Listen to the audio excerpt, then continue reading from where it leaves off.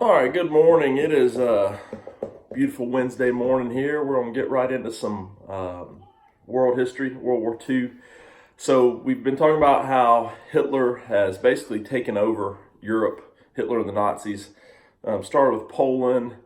In terms of the war, invaded Poland first, then Netherlands, Denmark, Luxembourg, Norway. Then went after France and conquered them fairly easily.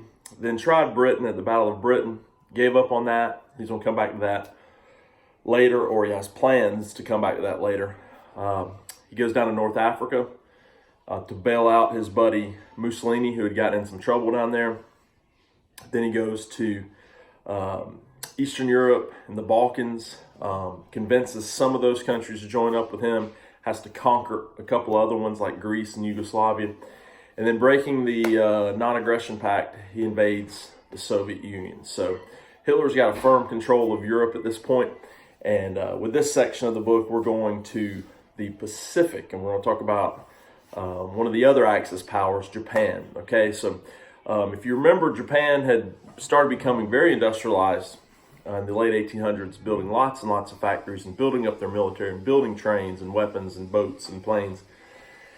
And by the 1930s, they are the real deal for sure.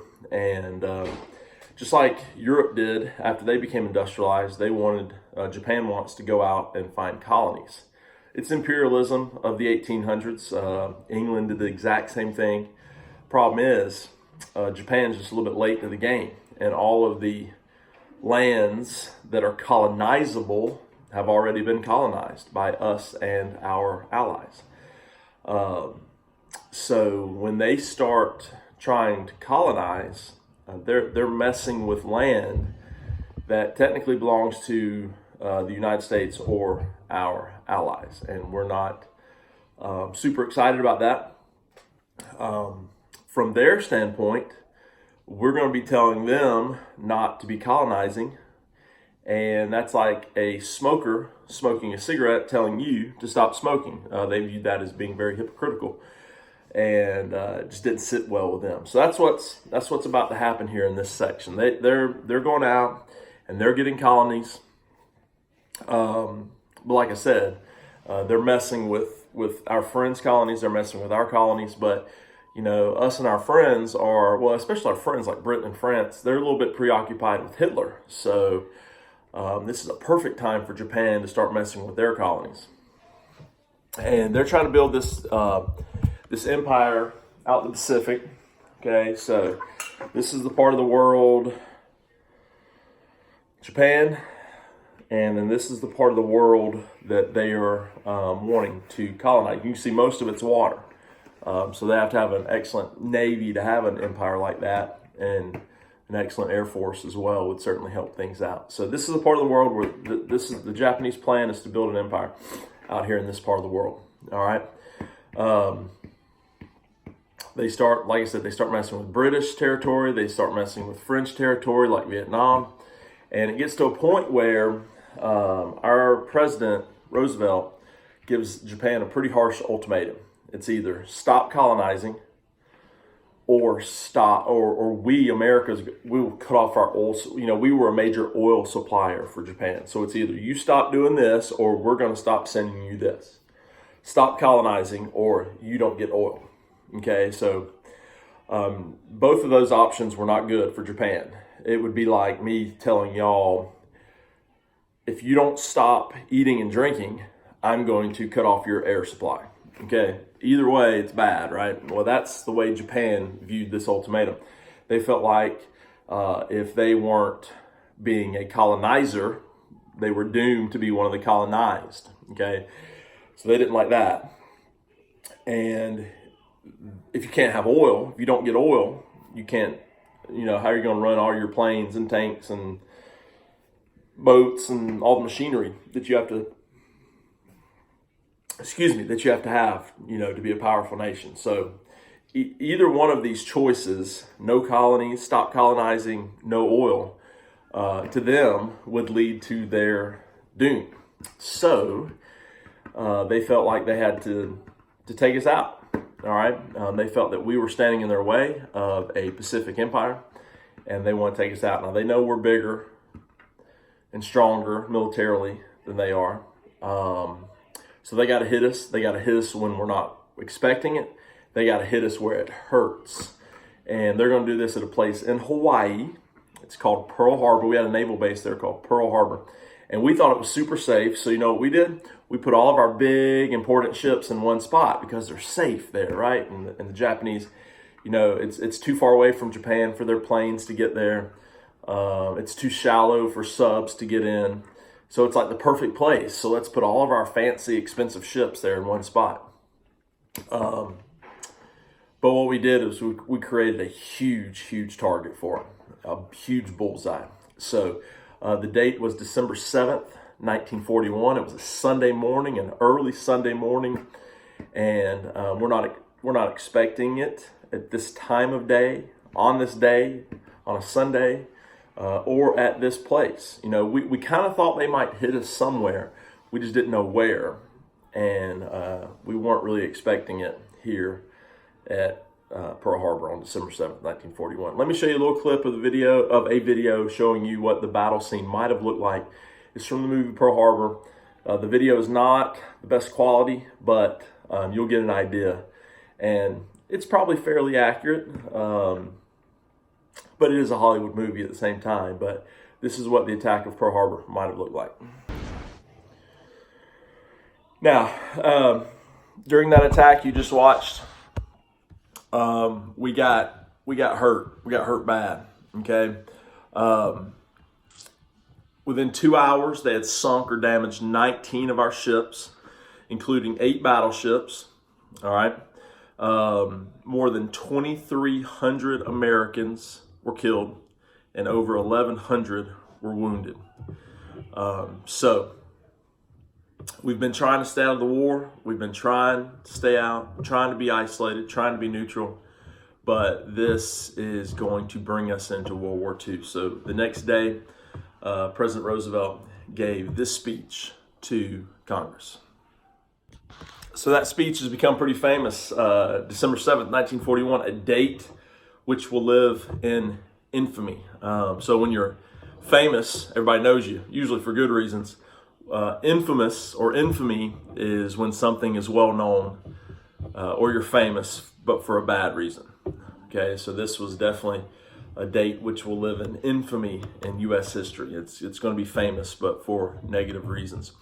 At the same time they were doing this to Pearl Harbor, they were also attacking some British areas like Hong Kong and some other American areas like a place called Guam and a place called Wake Island. But just Pearl Harbor was the most infamous attack that day. So usually I relate this to the guys. This is like someone coming up behind you and kicking you right square in the crotch when you're not expecting it. Okay, you're going to be down, and you're going to be down for a long time. Okay, you're going to be hurting and crying for mama. All right, and the whole world could be falling apart, but all you care about is your pain that you're currently feeling. That's what America was like, man. They got us, and they got us good, and we were hurting, and we were hurting bad. They basically took out our Navy. Not all of our Navy, but they basically wiped our Navy out. So now that they've wiped out our Navy, guess what they can do in this part of the world? Pretty much anything they want to. And they start taking over this whole area, okay? They take over Guam. They take over the Wake Islands. And then they turn their attention to an area that we controlled right here. It's called the Philippines. We had taken it from Spain in the early 1900s and actually bought it. We bought it, but we forcefully bought it. How about that? And it was now one of our colonies, one of our most important colonies in this part of the world, the Philippines. And they are going to attack the Philippines. All right. Now, our main military commander there was a guy named General Douglas MacArthur, and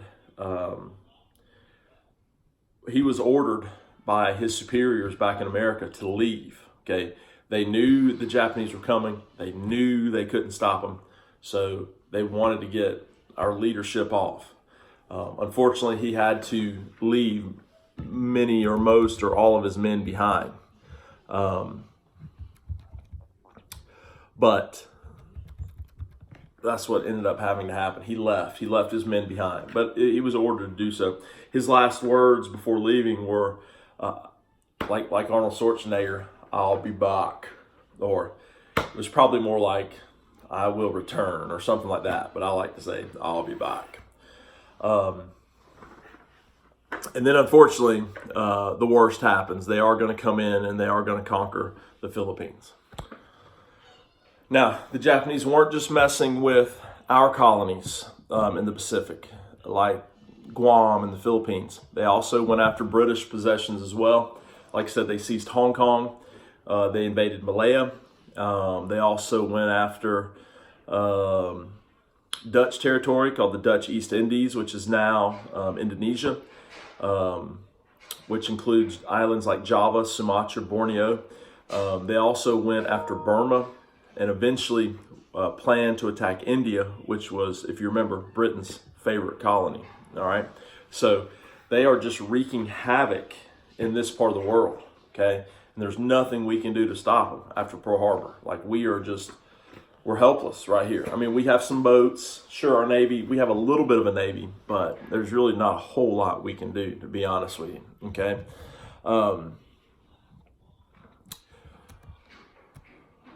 Now, back to the Philippines, where Douglas MacArthur said, "I'll be back." A lot of Americans were captured, and they became POWs, prisoners of war. And the Japanese, see, here's the thing about the Japanese in this war. They were very fanatical, almost like crazy. Like, they had just a different mindset than Americans and British and Germans did. So they had taken, somebody in Japan, the military leaders, I guess, had taken those samurai, beliefs and the samurai philosophy, and had kind of brought it back and kind of brainwashed the soldiers there to believe in this sort of twisted samurai. It wasn't even real samurai philosophy. It was the military leaders had kind of twisted it into something new and brainwashed the Japanese soldiers. But to the Japanese, surrender was just like, if you surrendered or if you were a coward, you were the scum of the earth, So for all these POWs who were captured and had not fought to the death, the Japanese just thought those people were just not even human, subhuman, like cowards, just the worst. So these American POWs are going to be treated very badly. They're going to be sent on this long march, 50 miles. It was called the Bataan Death March. It was a forced march of more than 50 miles up the Philippine Peninsula. And they're making them march to a prison camp, like this warehouse, obviously no air conditioning, where they would just crammed all these American POWs in. Like, it was awful. It was terrible. But it was called the Bataan Death March because so many people were killed on the march itself. Just imagine having to walk, not having enough food, not having enough drink, not having potty breaks, having a friend killed every 20 minutes by some crazy Japanese soldier. It was just awful. Bataan Death March. If you want to look more into that, you can Google it. Bataan Death March and read about all the atrocities that happened there. So that's where we're going to stop today. Okay, we'll pick this up tomorrow. But just to recap, Japan bombs Pearl Harbor because they see America as a threat to their goal, which was to create a Pacific empire. And at that point, we're pretty much helpless, and they are able to start conquering piece by piece by piece of this part of the world. Now, tomorrow, we will recover. We will start rebuilding our Navy, and we will start fighting back. And it's going to take a while. It's going to be really tough fighting. but we will overcome, and we'll eventually defeat these guys. But it's not going to be easy for sure. So, all right, until tomorrow, I hope to see some of y'all at today's Google Meet session. Okay, and please make sure you're reading. It's only 2 pages. Please make sure you read it carefully as well. No quiz for today, but we will have a quiz tomorrow when we get through with this section. So I hope you have a wonderful Wednesday, and we'll see you tomorrow.